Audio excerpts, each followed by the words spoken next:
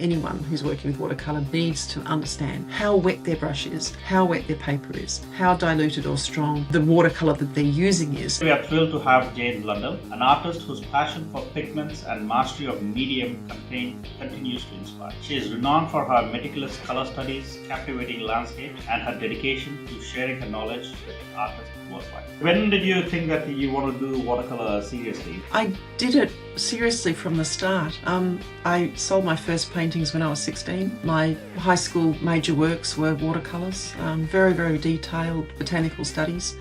And then I went on, when I was 20, I was teaching adults at a community arts centre and I was teaching watercolour. Australia is so popular for watercolour. There's so many good artists come from Australia. There is an incredible history. There's a lot of great teachers and artists in Melbourne. How do you think about cool and warm colours?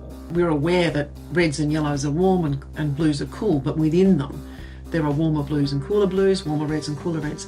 I think thinking the bias is actually a lot more helpful.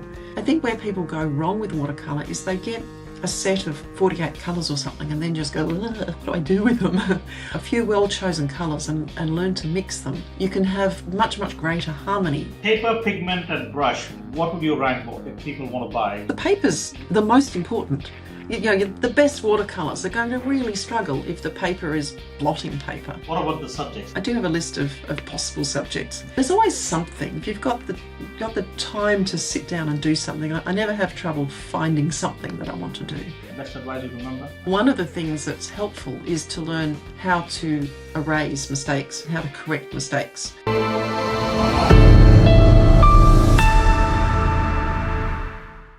Welcome to Wet on Wet, the podcast where we deep dive into the world of watercolor. Today we are thrilled to have Jane Blundell, an artist whose passion for pigments and mastery of medium continues to inspire. She is renowned for her meticulous color studies, captivating landscapes, and her dedication to sharing her knowledge with artists worldwide. And be inspired as we welcome the incredible Jane Blundell.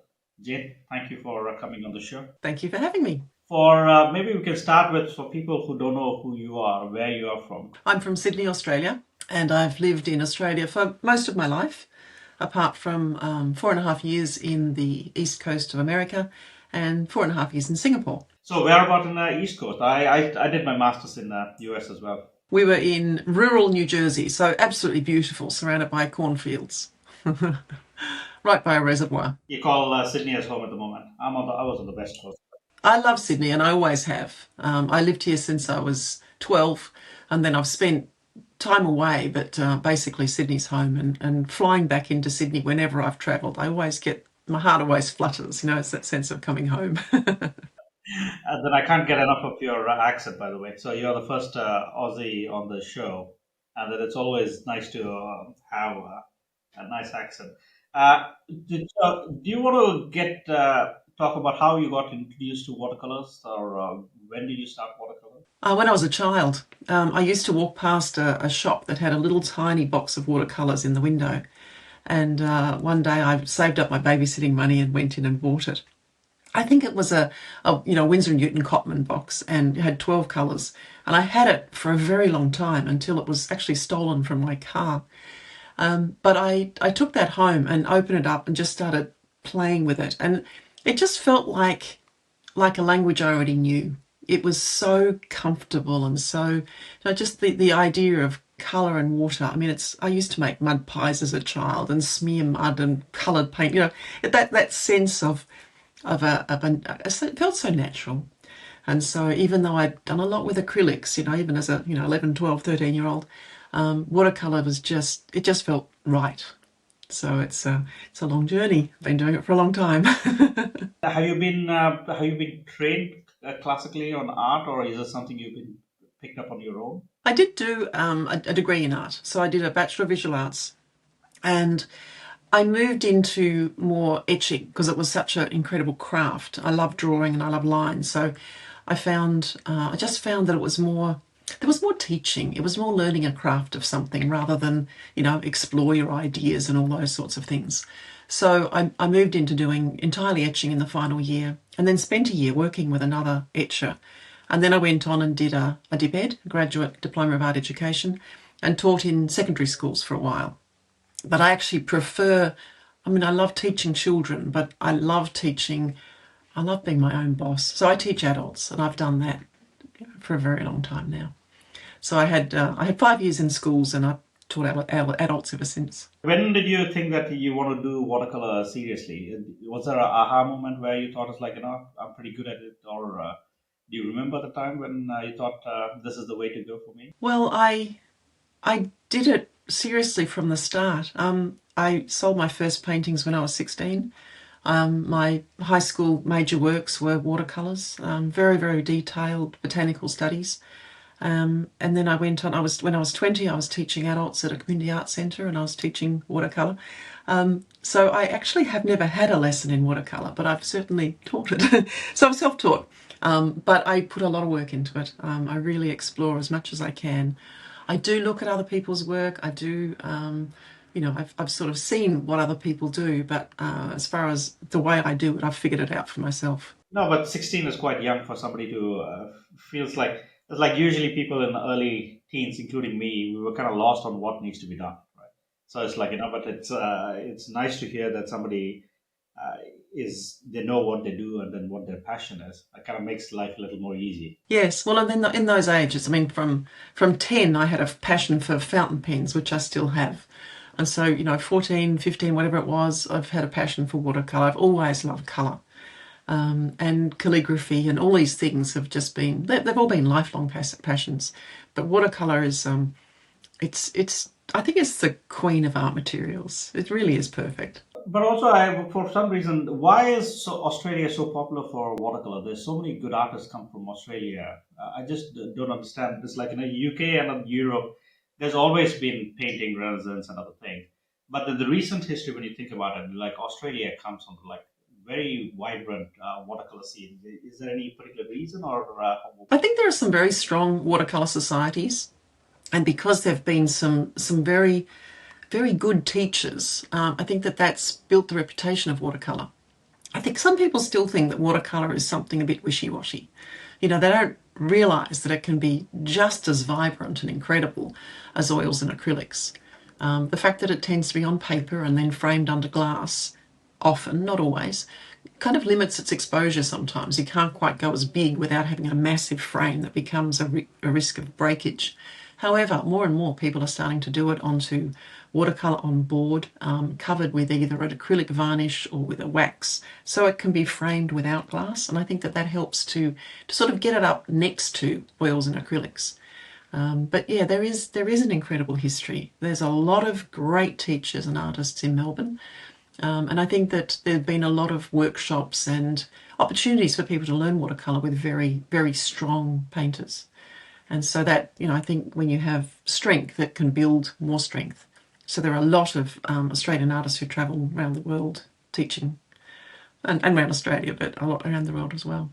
no, no, absolutely, because it's like it's full with Australia is. I mean, Europe and other things.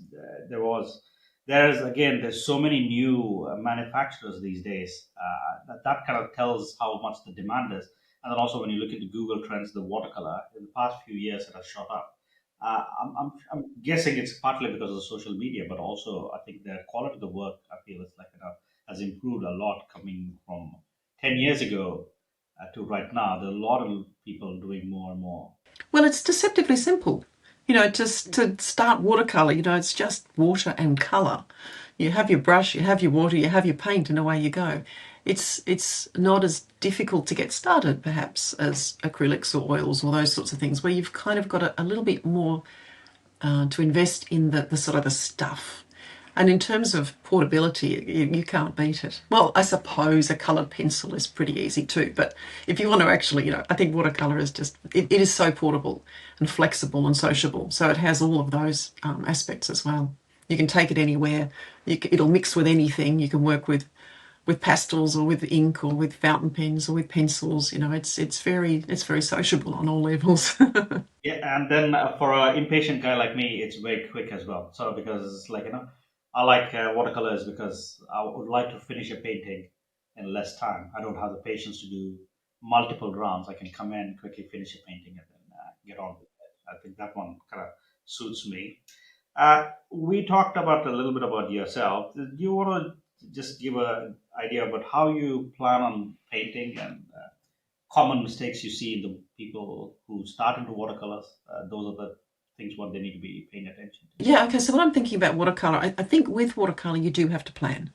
You have to think about, if you're going to work with traditional watercolor, which is where the white is the white of the paper. So you have to think where those whites are going to be. So generally speaking, I think having a good basic drawing, it doesn't have to be detailed, but it has to have the lines in it that you need. So the lines you put down ideally are fairly accurate, because then they can stay there as part of the painting, but they can give you the structure for it. Now I tend to do sometimes detailed drawings with a pencil, sometimes with a pen, or sometimes I come in fairly quick with watercolour. So it depends what I'm doing, the way I approach it. But planning is important, so knowing where those whites are going to be. Traditionally, watercolour is built light to dark. It doesn't have to be, but that's tradition, because you can't go lighter over darker. So building something light to dark makes sense. And often the paint goes from thinner to thicker, but once again, it doesn't have to. So the first washes can be quite watery, and then you can put drier paint into wetter paint, so you can build it up or let it dry and work over the top. So planning the where you're going to put the colours, where you're going to put the lights and darks is very important. I think where people go wrong with watercolour is they get a set of 48 colours or something and then just go, what do I do with them? I think for many people, if you start with just a few well-chosen colours and learn to mix them, you can have much, much greater harmony. You might have a little bit more of a limit, but a greater harmony of colour with less expense, but also just it's simpler. If you've only got one yellow, one red and one blue, you don't have to think, which one of these am I going to use? So you might have to learn a bit more and explore a bit more to make the colours that you want. But if you choose your colours carefully, it can just really help to make more progress on the painting, because you're not fiddling around with figuring out which colours to use or accidentally hitting a phthalo green when you really didn't want it. That's always the one you get your fingers stuck in, phthalo green or phthalo blue, and get this big smear of very staining colour. It's very strong. For whites, do you generally do you use masking fluid at all, or do you just generally plan? I have a love-hate relationship with masking fluid. I think it does a wonderful job when that's the best thing to do. Like for doing animal fur or human hair and those sorts of things where you really want white, and those complex sorts of shapes that it's the easiest thing to use.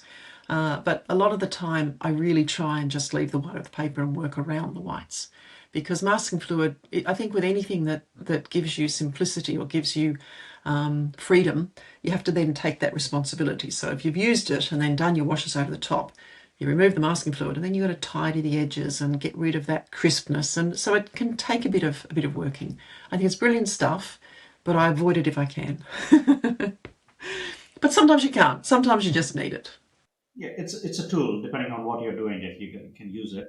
And what about your thoughts on people moaning about not using blacks? Do you use blacks or directly, or do you try to mix pigments to get the darkest tone? The only black I use is a very granulating pigment. So it's made with PBK11, which is it's sometimes known as Mars black, it's lunar black, it's got a few different colours, but it's a really super granulating black pigment. And I'll use that for texture. If I want black, I mix it. So I either mix a crimson and a phthalo green, or an orange and a blue, for the greys, burnt sienna and ultramarine. And Daniel Smith's actually made those into colours, so you can sort of buy them as pre-made mixes, which gives it easier if I'm working with a crimson rose with the green backgrounds, then just using Jane's black, red, green mixed into it can simplify the mixing. Or just, adding a little bit of each colour in together can be good. So it sort of means that you're really only working with two pigments, but you've got that convenience pre-mixed black. I used to mix it myself, just, make a pan ready. But so I basically, with blacks and greys, I do mix them. I basically never do mixing, black and white together. Unless I'm using gouache. I use gouache more like acrylic. So it's just, I use that differently. Gouache as for highlights or as a paint medium itself? Oh, sometimes for highlights. In an emergency, I'll use gouache for highlights. But otherwise, I use it as a paint medium if I want to paint on a background that's stronger or wash over a dark colour. And so I use it as an opaque medium, in which case, I'm expecting to use black and white in it, or at least grey and white. I just treat it a bit differently. I tend to use a gouache white just for highlight. Sometimes it just sticks out better than using titanium white or Chinese white. That's very Yes, opaque. or a white pen. I sometimes use a white ink. So I have a pen that's got a white pigmented ink in it, and that can be useful for those white highlights and so on. So what brand was that? Do you remember which one is it? I've never tried a pen. Probably that would be a lot more easier to do a highlight than. Well, what I'm using at the moment is a Schminke pen. Now I can hold it up and show you, which is not going to help on the where you can't see it. But it's a Schminke pen that then it's actually an Australian ink in it. It's called Art Spectrum, and they have an off-white and a titanium white, and they're pigmented ink, so they're waterproof. But the Schminke pen, there are actually aero inks that are designed to go into it. I just haven't tried the white in that one. But it's a nice rollerball, or not rollerball. It just gives it a nice. Sometimes gel pens don't work for long, whereas this, I know it's a pigmented ink, so I know I'm using an artist quality ink rather than something else that might be not so suitable. I'm always thinking about light fast. Provided the surface is dry before you use it. Yes, unless you want weird effects, but yes. Also, I'm just very few people can say how many. Is it correct that you helped Daniel Smith at least with 15 different shades of your own colors? Is it 15 colors, or is that what I read? You helped Daniel Smith come up with 15 new colors? There is a palette that was put together by Daniel Smith that's called the Ultimate Mixing Set. Is that what you're referring to? So that was a set that I devised over many years to try and come up with a set of colours that people could buy that enable them to paint almost anything. So that set's 15 colours, and it's called the Daniel Smith Ultimate Mixing Set. It includes Jane's Grey, which is the combination of ultramarine and burnt sienna, which is a lovely shadow grey, and it has a slightly unusual set of colours, but there's almost nothing that you can't mix with it. So it's a way I created as a way of getting people able to start without being overwhelmed. And then I created a couple of books that explain how to mix them. And I've also got courses online and so on that work with those 15 colours. So it's just trying to simplify it. It's not with the idea that you're not allowed to have anything else, but it's basically, if you understand those colours and you add ones that are going to work with them, you keep the colour harmony. And I think colour harmony is so important. And they mix in so many ways to create the blacks and the greys and beautiful browns and so on. So it's a very, very useful set. And I base all my paintings around those colours, along with some convenience ones that are actually made often of the colours already in there, but they just speed things up a little bit, especially painting plein air, because, speed, getting things done before it rains or before it dries in the sun, you've got to be pretty quick. So for plein air, while we're talking about pigments, what if for somebody who's new to watercolor, what's the most essential pigments? Is there a essential pigment packet you would suggest people to buy? Or what's the minimum set of pigments they need to be buying? What yellows and what reds and what blues should be people looking for? If you were just going to really go for the minimum, you'd have a yellow, a red and a blue. But the yellow would be a mid-yellow. This is my advice. The yellow would be a mid-yellow, or perhaps slightly on the warm side, but basically a mid-yellow. An example is Hansa Yellow Medium, which is, it's that, you've got it in your painting behind you. There's the copy of the irises. That bright sunny yellow that's not orange and not green, it sits there in the middle. For the red, I would recommend a rose red, so quinacridone rose, permanent rose, made with PV19. And the blue that I recommend is ultramarine, because while phthalo blue gives a greater range in the mixes, ultramarine isn't as staining. So if you had to paint for the rest of your life with 3 pigments, those are the 3 I'd choose. If you then add to them, the next one I would add would be burnt sienna, because it then speeds up the ability to make a very quick earthy yellow, a quick range of greys, and dull down other colours. So that would be the 4th. But there's a huge amount that you can do, and I show this on my website. Huge amount you can do with just 3 colours. And then would you suggest people to have a little bit of grey as well to darken it, or you don't suggest people to have a little bit of grey or white for highlights and other things. No, because the white would be your paper, and the grey you can, if you've got the burnt sienna added, you can make the grey very easily, or you can make a lot of greys by mixing those three colours. But yeah, so the fewer colours you have, the more you have to understand mixing to be able to use them. So you can make an extremely large number of colours with 3 colour mixes, but it's those ratios that you have to get used to. And most people don't really want to just work with 3, so they might work with 6. So then you're thinking about which to add to then make the mixing a little bit easier, a bit quicker, and that's where the split system comes in. Well, you might have a warm and a cool yellow and a warm and a cool red and a warm and a cool blue, those sorts of things. Or you might have your basic reds and then introduce burnt sienna and a phthalo green or something like that, and then perhaps a convenience grey. So it's sort of depending what you're going to mix, or what you want to. If you only wanted to do portraits, you're going to have slightly different needs than if you only wanted to do landscapes. My ultimate mixing set was designed that you can do anything, whether it's florals or landscapes or portraits or whatever. There's the colours in there and the characteristics in there to be able to paint whatever subject you like. So do you think in terms of cool colors and warm colors when you're painting, or you're more interested in the colors itself? Or how do you think about cool and warm colors? Or is it I think there's a lot of confusion about cool and warm colours because they're all relative. So, we're aware that reds and yellows are warm and blues are cool, but within them, there are warmer blues and cooler blues, warmer reds and cooler reds. I think thinking the bias is actually a lot more helpful. So rather than thinking, oh, is this red warm or cool? When you think, well, they're all warm. No, so if it leans towards purple, then I consider it cool. It's purple leaning, so that's going to give you brighter purples. If it's leaning towards orange, it's warm. It's going to give you more warm oranges. So when thinking about mixing, if you want your brightest orange, then you want your orangest red and your orangest yellow are going to give you your brightest orange.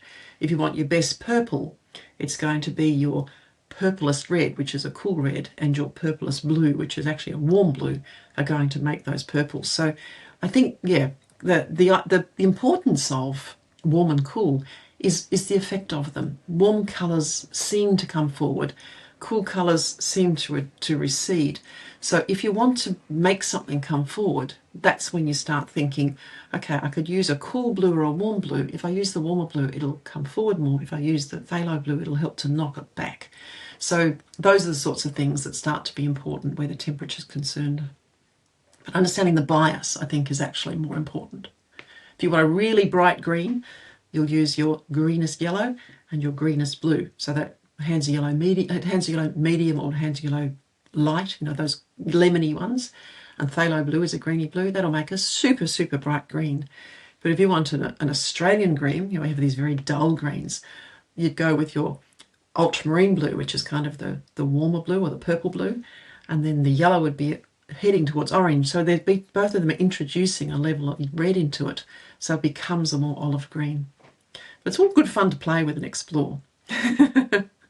Is there a favorite color of yours? Because if there is one pigment you want to choose. My favorite color is orange, I think. I love oranges because whatever orange you look at, they're actually almost always warm, because orange is made out of a yellow and red. Yellow and red are both warm. Oranges are warm. So even if you dilute, if you reduce an orange, you add its opposite, add a blue to it, it's going to make a burnt sienna hue, which is still warm, or it's going to make burnt umber, which is still warm, or it's going to, it's sort of whatever you do. I think of orange as just being very warm, and that's my favourite. My other favourite is blue, which is its opposite. And the combination of those two, you could actually paint with just a blue and an orange for incredibly well, for quite a bit as well. But I don't necessarily paint orange and blue things all the time, but if I have to pick a favourite colours, it would be cobalt blue and transparent pyrrole orange. There you go. I mean, blues are always, I think it's easy for people to pick blue. I think when you ask 10 people, probably like 6 people will say some version of blue. Yeah, but how do you are a leading expert. I don't know any other artist who is as knowledgeable as you are about pigments. How do you keep yourself updated, going on what's new in the field? Is it something you constantly check, or how do you keep yourself updated, or is it something? Well, it's something that I'm interested in. What's tricky with pigments is that we're not getting new ones at a very fast rate, but they are getting dropped at quite a scary rate. And I find, you find a pigment that you love and then it gets discontinued. You've got to scrounge around to see if you can find the last tube of something. And then the next one gets discontinued. So we're at the mercy of the plastics industry and the car industry, because they're the ones who use all the colours. The artists use very, very little and watercolours even less. So we're kind of at the mercy of everyone else. So I try and keep up. I mean, there have been some interesting developments. There was the Yinmen Blue that came out in 2009. And there's a sort of a red, and there's been another couple of colours that have come out. I haven't necessarily tried them. I am fortunate that sometimes people will contact me and say, can I send you this one to try? And that's how I've been able to, it's with the help of a lot of people that I've been able to put all of those swatches on my website. I could not buy all those paints. And sometimes manufacturers have sent me, colours to try as well, which is terrific, because I think well, what I wanted to create was a reference so that, all of, as much as possible, that represented all of the pigments that were available in the world. So on my website, they're by pigment number, and on my blog, it's by brand. It's not easy to keep them updated because, they do go through changes, and there are more manufacturers joining the field, and they do a revamp of their ranges. And once again, people often contact me and say, oh, such and such is now made with this. I think, okay, so I make a note of it, but I can't necessarily show the example. But it is just something I'm interested in. I like to understand the characteristics, because in watercolor, that is what we're really looking at. We see the characteristics of the pigment. Now, a couple of things, right? One thing is, like, especially with pigments to pigments, there is a difference, even though they say the same name. Like most of the manufacturers, like in illustrations and paint printing, there's a Pantone chart. There is two. I feel it's like, maybe especially you, given your expertise, there's no like a Pantone chart. Do you know what I'm talking about? Like in print medium, there is a Pantone, so it doesn't matter who does it, they always refer to the Pantone color, and then they know that that's the exact color you can get it, so you can buy something.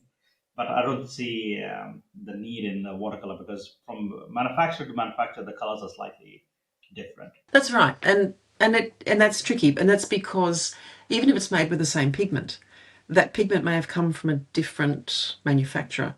Or if it's an earth pigment, if it's a PBR7, which is a pigment brown 7, that could have come from somewhere else in the world. So, some people think, well, how come, okay, this burnt sienna is PBR7, but burnt umber is a PBR7. You say yes, and so is raw umber, and so is burnt umber, and so is, there are a number that are PBR7, because they're all brown earth pigments, and they have various amounts of iron or various amounts of hematite, and that gives them their colour. And the pigment may have been heated or burnt, which then changes it again. So the pigment number doesn't tell you everything, but the combination of the pigment number and the name is helpful. So if it's a PBR7 and it's called burnt sienna, it's going to be like a kind of a chocolate brown, sort of a yellow, orangey chocolate brown.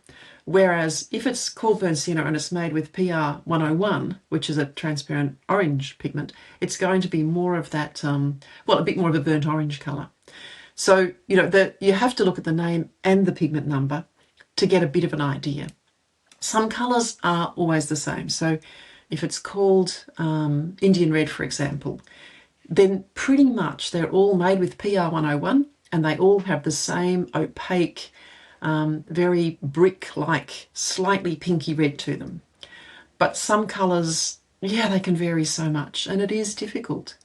And so, that's where it helps if you get familiar with the pigments.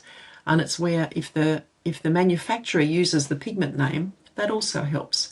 But if they call it peacock blue, you've got no idea what you're going to get, because there's a lot of blues in a peacock. So I think where it's called phthalo blue or Pyrrole scarlet or those sorts of things, at least then you can know what to expect. But it takes some understanding. Yeah, I agree. Even ultramarine has, it's nearly always made with PB29. Sometimes they'll put another pigment in it, but even pigment blue 29 can be slightly more purpley or slightly more greeny. And it might be French ultramarine or ultramarine green shade.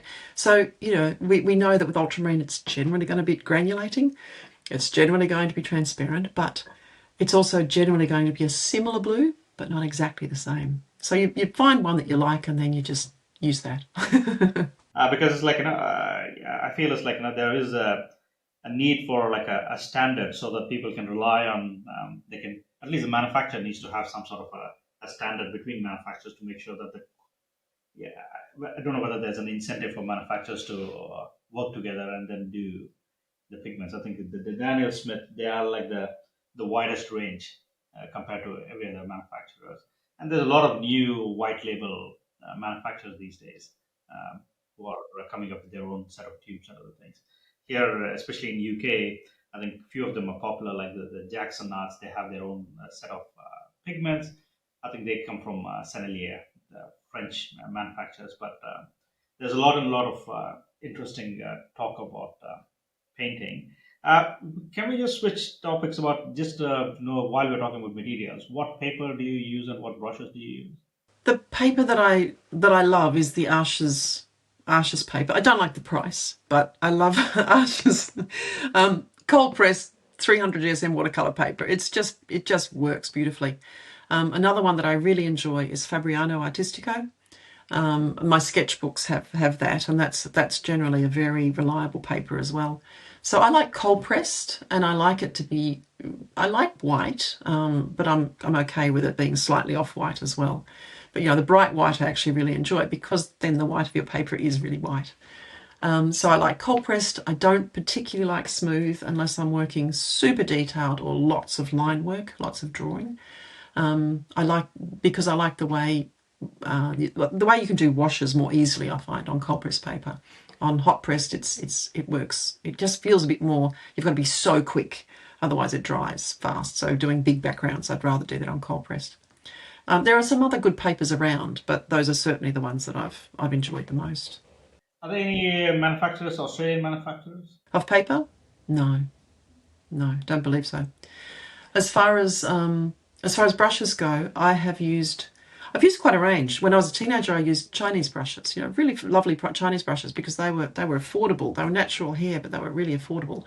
When I started buying European brushes, I bought Raphael, the French ones, where they have lovely Sable series. I do prefer natural hair. Now, I know that upsets some people, but I also think at the end of the life of the product, the natural hair is going to disintegrate, whereas the plastic's around forever. So, you win one battle and you lose another. However, I love the Raphael, their Sable series and their Squirrel series. In the other brand that I really, really like is DaVinci from Germany. I think that they make an incredible range of brushes, and I think on a synthetic range, their Casaneo is very hard to beat. I think it's easier to control than a lot of squirrel brushes. So DaVinci is just another terrific brand. I mean, there are a lot of great brands of brushes, but those are the two brands that I've used the most. For travel, I tend to use either Rosemary Co brushes from the UK or DaVinci brushes. They're travel brushes as well. So those are the three brands that I've used the most. But I know that there are many others that are very good. There's another semi-synthetic that's called Silver Black, I think it is. No, just a sec. It's Silver Black Velvet. So Silver Black Velvet. It's a beautiful point. I believe it actually does have some natural squirrel in it, but it's got an incredible brush tip, and I've been exploring that one a little bit too. But yeah, the main brands I've used has been the Raphael and the Raphael DaVinci and Rosemary Co. So French, German, and English. There you go. But there are lots and lots of manufacturers. Especially, there is a lot of vegan brushes coming up right now. I think they're marketing it as a vegan brush, and what they're claiming is, especially the Escoras and the Tintoretto and other things, is like the synthetic hair what they're saying is they are trying to mimic the natural hair. When you zoom into a natural hair absorbs more water is because it has more surface volume. So because it has more fibers sticking out, so it absorbs more water. So what they're trying to do right now is the synthetic hair.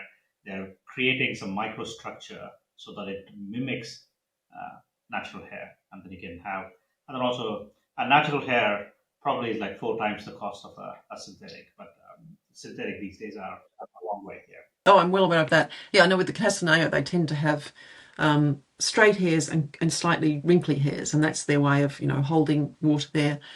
Because yes, if you look at your own hair under a microscope, it's got all these sort of sheaths, and that's what holds the water. It's not only holding it though; it's the way it disperses as well. So when you touch a natural hairbrush to the paper, it will disperse the water fairly evenly, whereas when you touch a synthetic, it will often drop it all at once. So the way that the brush behaves on paper varies. And I keep trying. I mean, they're doing pretty well with squirrel brushes, but to get something that actually is the same as a sable it's more difficult. So it's I mean they'll get there because the American market, you can't import sable brushes into America, so there's a huge demand there. And so they're going to improve all the time. But then again, all of that plastic is also being produced, and the manufacturing processes, and so it's, you win one and you lose another. But it's important, yeah. So what about your palette? So do you like a particular palette for traveling, for plein air, and for studio? I have a beautiful brass palette in my studio that was made, it's nearly 15 years ago. And that was made in England. And so I use that at home for the basic colours that I'm using. It's set up with 20 colours. And then I have some additional ones in a Daniel Smith palette, that all the other ones that I use for special effects and those sorts of things. So they may not be that different in colour, but they'll be different in effects. For travel, I have an absolute favourite, and that's from the UK. It's the Herring Compact. They're a terrific palette because you can put as few or as many colours in them as you want. You can put a brush in there or not. They come in either a half pan or a full pan version, but they've got a really lovely deep, two lovely deep mixing centres. I'm not sure if you're familiar with them, but I think they're great. They're lightweight because they're plastic, and they're pretty robust. They shut nicely. You just have to learn how to open them, otherwise you can never get them open. So yes, the Herring Compact is a terrific travel palette. Then I also have tiny ones, ones that live in my bag, that once again made for me by a lovely friend in England. So I love little things. I love the idea about it.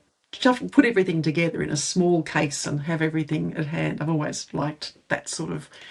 I like pocket knives, I think I'm an ever-ready girl, ready for anything. So having little brushes, little palette, little sketchbooks. It's I used to be like that as a child, and just little staplers, a bit funny like that. So yes, definitely. People have, especially with we go into an art shop, the bills stack up very easily. There's a lot of beautiful things you want to buy, and then. Yeah, especially with you with gardening and art materials, I'm sure it's easy to spend a lot of money.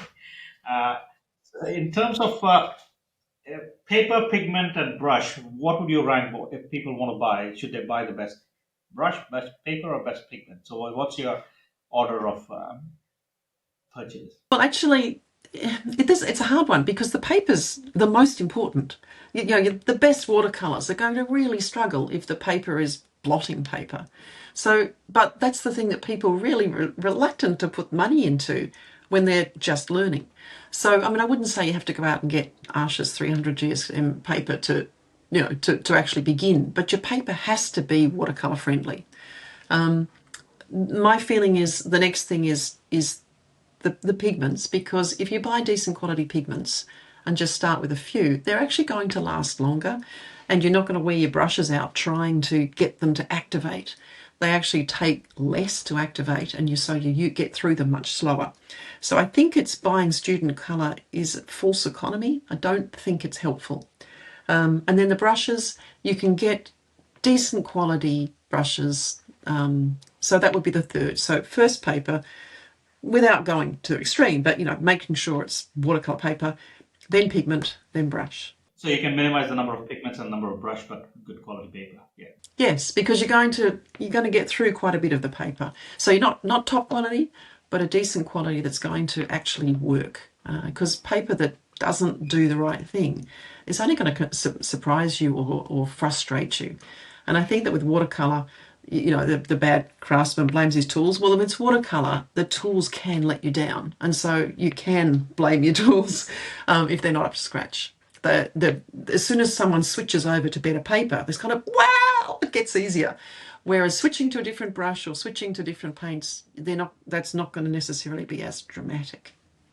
But yes, I think it's nice to try and buy something that's going to last you. So professional watercolors and a few colors, and then professional brushes. They don't have to be, natural brushes, but, a couple of good quality brushes, and yeah, decent paper. And then do you stick with the same brand once you're used to a certain paper, certain pigments, so you know how it works? Do you just preferably stick, or do you like experimenting with different papers, pigments, brush? Well, I use different papers for different purposes. So I have papers I'll have a sketchbook with paper that I don't care about, in the sense that I'll write notes and I'll do swatches. So I use Stillman and Burn sketchbooks in the Alpha range, because that paper you can write on both sides, you can paint on both sides, but it's not precious. But I'll have another sketchbook that's got the Fabriano Artistico paper in it. And that's what I'll do if I know I'm going to spend 2 hours sketching somewhere. I'm going to take longer. It's going to be largely watercolor, and so I'll spend more, I'll use that paper. If I'm doing demonstrations for my courses or my Zoom classes, I tend to work with paper that is, it's not necessarily the best available, but it'll be decent. Now, I might be trying out paper, like I might try out the Boho paper, or I might be using some Fabriano paper that I've tried, or I will use the Arches good one and just finish it off separately. So yes, slightly different paper, but it's all basically artist quality paper. But if I'm doing a quick demonstration at a workshop, I'll use a much lower quality one that comes in a pad of 30 or 40 sheets, and then I know I'm going to throw it away. So it'll work okay for what I want to do, but then it goes in the bin. I don't keep it afterwards. So yes, different paper for different purposes. We can switch a little bit about just marketing, and then for people who are trying to make a living, right? So how do you think about how one should be thinking about how do they need to do a body of work and the marketing itself? So do you like galleries, workshops? How does one think about, or maybe the question is, how do you navigate making a living with art, or is that the only thing you do right now at the moment? Do you work full-time as an artist at the moment? I do. Well, artist and teacher. So yeah, I see myself as an artist and teacher because I love teaching, and I love spreading the joy of drawing and painting and sketching on location and all those sorts of things. So I'm full time in that, but it's a lot of different areas. So I do paintings and I do exhibitions. I contribute to exhibitions locally, and I also will aim to do a solo exhibition every few years. So, and I did one in 2022 and 2020 were the last two, and I'm thinking I actually have, sort of plan out what I'm going to do a year. It might be a year of travel, or it might be a year of writing a book, or it might be a year of planning an exhibition, and I just sort of plan out what I'm going to do. For an exhibition, I'll tend to choose a theme, and then I'll work towards that theme. So that the last exhibition in 2022, the theme was grounded, and all of the works, which are on my website, were pebbles and stones and leaves and trees, like you can see the one behind. It was all about things in the ground. There were a lot of tree studies and so on. The one before that was it was very colourful, and it was a lot of floral works. The next exhibition will be, the plan is, it's actually going to be quite abstracted.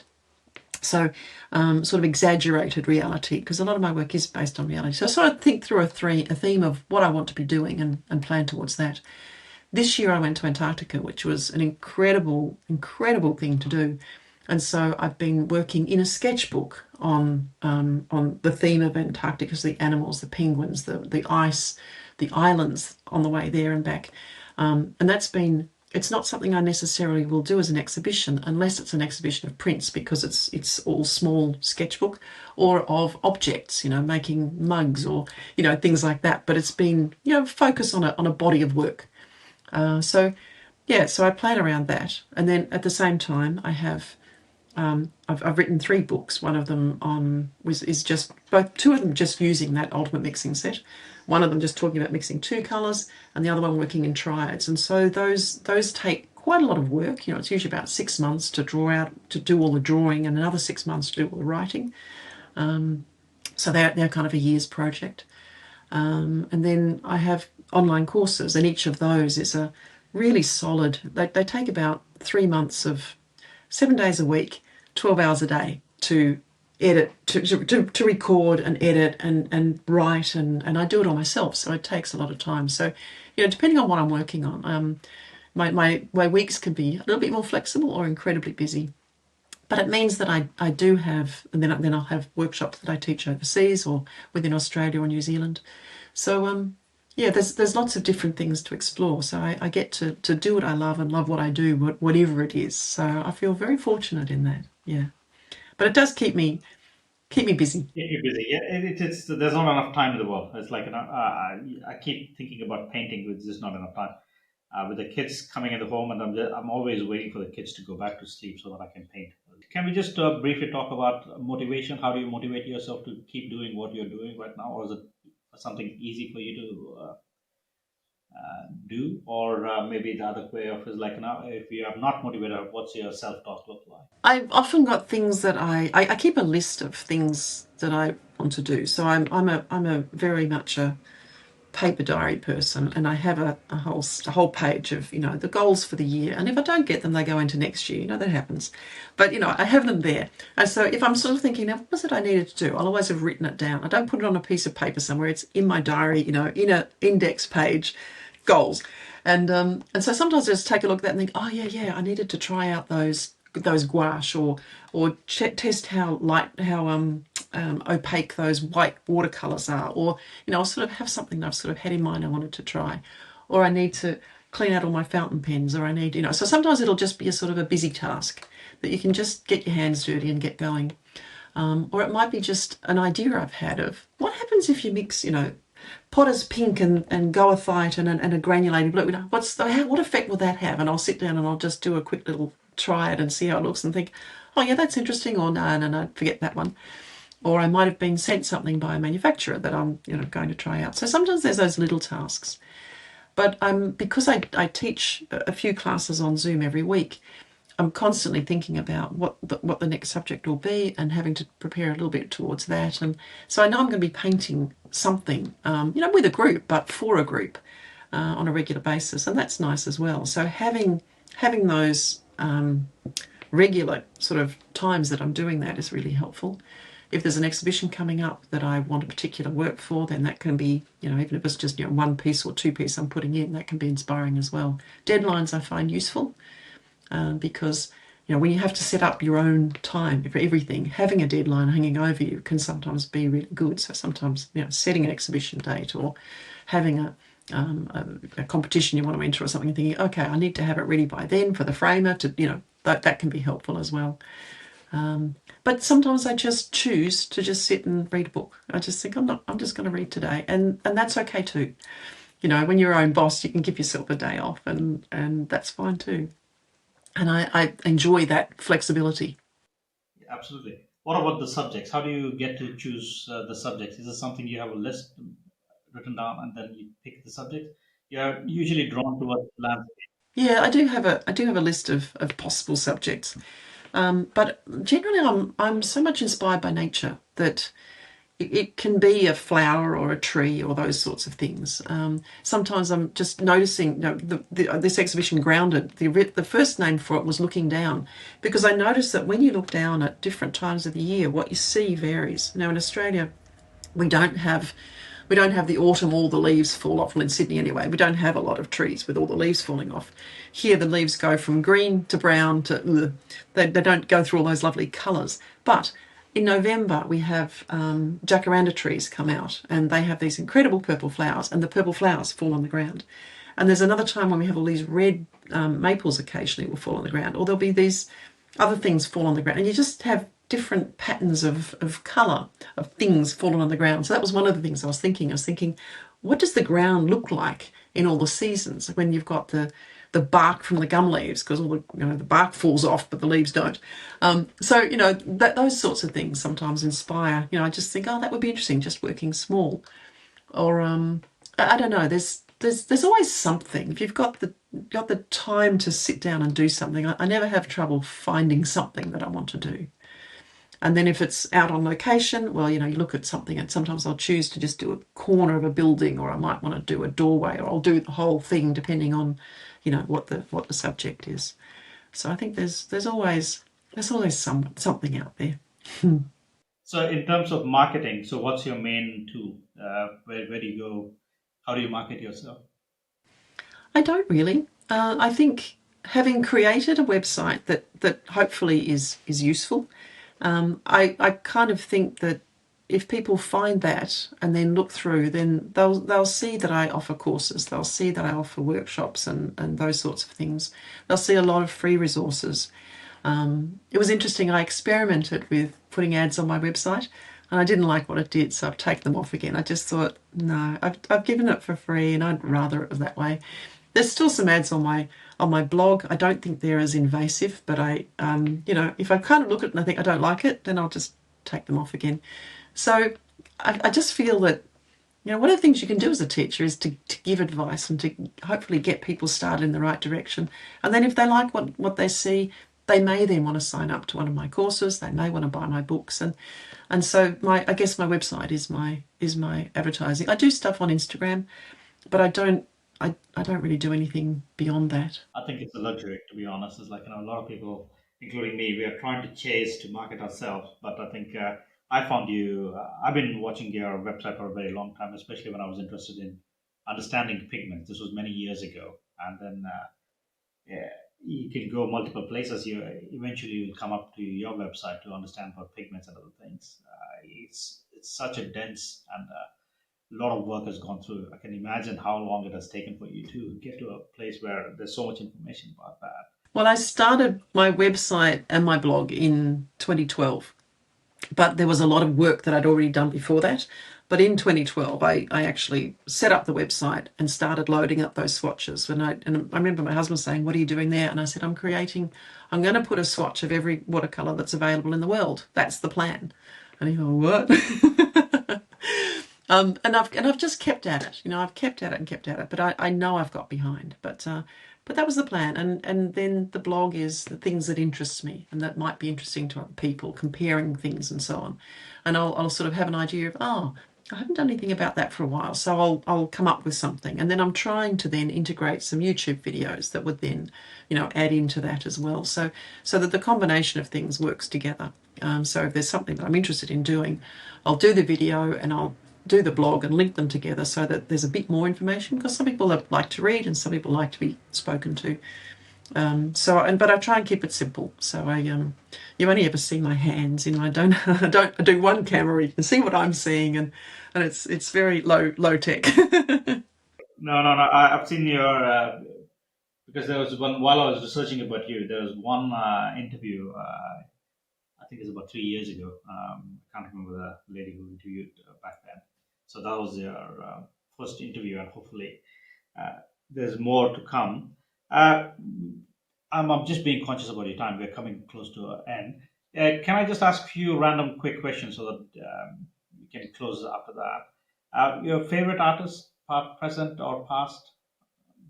Or is there any artist you get inspired? Or The one comes to mind always is Albrecht Dürer. So 1500. It's a long time ago, but he was an engraver, and his hair is still one of the most amazing watercolors, one of the first watercolors, and of the kind of more modern era. But the line work and so on, and Rembrandt. It's very old masters that really interest me, and I'm quite old fashioned, I think.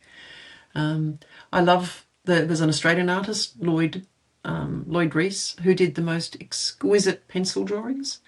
There's another Australian artist, Brett Whiteley, who did extraordinary figures and colour. And so there are certainly artists that I find interesting. I love Turner's sketchbooks. If I got a chance to steal something, it would be a Turner sketchbook that he did when he was roaming the country, because the way he could just cram a whole landscape onto a small page, I thought was fantastic. So no, there are a lot of artists that I enjoy. I don't paint or draw like them, I don't think, but I certainly enjoy them. Favorite fountain pen? I know we didn't talk about fountain pen, your love for fountain pen. How long you've been collecting fountain pens? Is there a particular brand you like or a make you like? I have my first fountain pen when I was 10. I bought it from my brother because he was given it by my parents and he wasn't using it, so I bought it. And it's silver with a gold nib. I mean, I got the best value for $10. Anyway, my favourite is the Pilot Custom Heritage 92 which is a gold nib in fine. So that's my favourite. I have 3 of them, and I have one inked in black and one in grey and one in brown. And they're all inked in Diatramentus ink, which is light, fast and waterproof. And that's what I draw with, and I just love them. They give a varied line. Second favourite is probably the Pilot Falcon. So there's 2 Pilot pens. But I think also with fountain pens, TWSBI's a great one to look at. There are a lot of good brands of fountain pens. We're very lucky. But that Pilot Custom Heritage 92 is a ripper. I think between a lot of architects who do a lot of urban sketches, they use a lot of Lamy pen, the German Lamy. Yeah, I have a couple of Lamy pens, but I have a few. I'm not telling you how many fountain pens I've got, but yes, I do have a few Lamys. But I like the extra long one, the Lamy Joy model, and I put a little gold nib into it because I like gold nibs. It's just and it's a lovely pen. But what I like about the custom Heritage 92 is that they are a piston feed, so they hold a huge amount of ink, so you can keep drawing with them for a very long time. But Lamy are great, and if you they kind of encourage you to hold your pen or pencil properly too, which I think is nice. So in Europe, that's the sort of tool that children are given to learn to write with, and I don't know if it's the same in England, but I think it's a great way of training kids to write correctly. And I don't think my kids are interested. They know that I use fountain pens, but they've dropped it a couple of times. But Lamy pens are not so expensive, so you can. Oh, my kids certainly know I do. I said to my son one time, I don't need any more fountain pens, and he said, "Who are you and what have you done with my mother?" Any best advice you heard about anything? It could be from watercolor, or is there a best advice you remember anybody has given you? Oh, there's a question. I tend to do the giving advising, not necessarily taking advice. So here, what do I have to think about that one? Well, one of the things that I do tend to say to my students a lot is that watercolor is considered to be very difficult. And it is difficult. It does take some thinking about. So one of the things that's helpful is to learn how to erase mistakes, how to correct mistakes. And there are a couple of great tools for that. And I think that, being familiar with a couple of ways of fixing things can help with the confidence. And I think the other thing is to just paint, to just do it and not be precious. So I sometimes say, so work in a sketchbook where you are less precious and just do the work, but don't throw anything out. And sometimes if you then, it's in your sketchbook and you don't like it, you'll work back into it a bit more. You'll do something else. Maybe you'll coat it in a bit of gouache. Maybe you'll but if you never tear it out of your book, you keep on working on it. Sometimes you make a discovery that otherwise you wouldn't have made. Whereas if you tear it up and throw it away, you've sort of lost the chance to push an idea through and make it into something that works. How can people reach you? What's the best way to reach you, Jane? I have a contact form on my website. So my website, I'm sure it's www.janeblundellart.com. Put in all the links we talked about throughout the podcast, yeah. So I do reply to all of the messages I get through my website. I try and reply fairly quickly, actually. And so that's the easiest way. I'm also on Instagram, and I usually respond to Instagram comments and questions and things as well. I have Facebook, but I don't use that as much. So Instagram is what I'm using more. So yeah, those are the easiest ways. So, do you want to just give a shout out for your books, all the three books, so people can find it? Yeah, the three books they're actually self-published, so they're not available on Amazon, unfortunately. It just wasn't going to work that way. But they're available on blurb.com. So Blurb is they print to order. And there's three of them, but there are two that I particularly suggest that people look at, because the first one was put out because I was asked to. It's all the charts that are on my website, the watercolor mixing charts, for those who actually wanted it as a book. But they're also available on my website that people can just see them. Do you have a copy on your table? Do you want to just show what the book looks like? All right, I'll show it to them. So this one's watercolor mixing charts, and it has about sort of 100 charts that are like this. This was part of the kind of research that I was doing with watercolor, where I would just mix one color with another color and do the whole mathematical blend until they're even and then water them down. But then there's a lot of those, and it's a fascinating process, and that was how I discovered all sorts of really interesting mixes. So that's called watercolor mixing charts. The ultimate mixing palette, the world of colors, this one was actually devised as a reference book. So this one has basically every color mixed with every color in the ultimate mixing set, and it's so all the different sorts of blues and greens and purples and greens and so on that you can make. So just showing how to mix one color with another, basically. And that just uses the 15 colors of the ultimate mixing set. And then watercolor triads was the next one, and that one was really looking at what happens if you start using triads and going through a whole lot of triads and showing what happens when you mix three colours together, sometimes with an example of the sorts of things that you can get. So these are all three colour greens and browns and purples and greys made only with these three colours. So it's sort of, once again, and it refers to the other one. So those two books are designed to work together. And then sometimes examples of paintings done just using the triad. So those are the two that I suggest people consider, particularly if they're doing my courses and so on. Whereas the other one it's kind of more of a, it's not something that the idea is that people reproduce it, whereas these ones they can. The other one is just a whole lot of work that I don't suggest that everyone wants to do, but since I've done it, you can have it.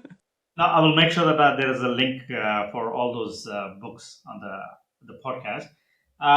Any last parting thoughts you want to share, or we can wind up? And that is one of the things that I think anyone who's working with watercolor needs to understand, is how they need to understand how wet their brush is, how wet their paper is, how diluted or strong the watercolor that they're using is, and how to work with those together.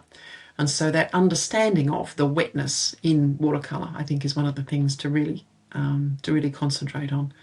So, I mean, there's the drying times, there's always other things, but sort of knowing how wet your brush is when you put it into your paint, and how diluted the paint is when you put it onto the paper, and whether that paper is wet or dry will behave differently as well. So wet into wet gives you these wonderful explosions of colour. Wet onto dry gives you a mark, and those marks are completely different. So understanding that enables you to really encourage the pigments to play and show their full characteristics. It's been such a blast. Thank you for being so generous and answering all the questions. And that concludes another inspiring episode of Wet on Wet. A huge thank you to Jane Blundell for sharing her insights and artistic journey with us. Her dedication to exploring the unique qualities of watercolor and her wisdom on color mixing are truly invaluable. You can find more of Jane's works in the description below, and all her information about her book, online courses will be updated. Thank you for watching Wet on Wet. Please follow and subscribe. Till next time, thank you and bye.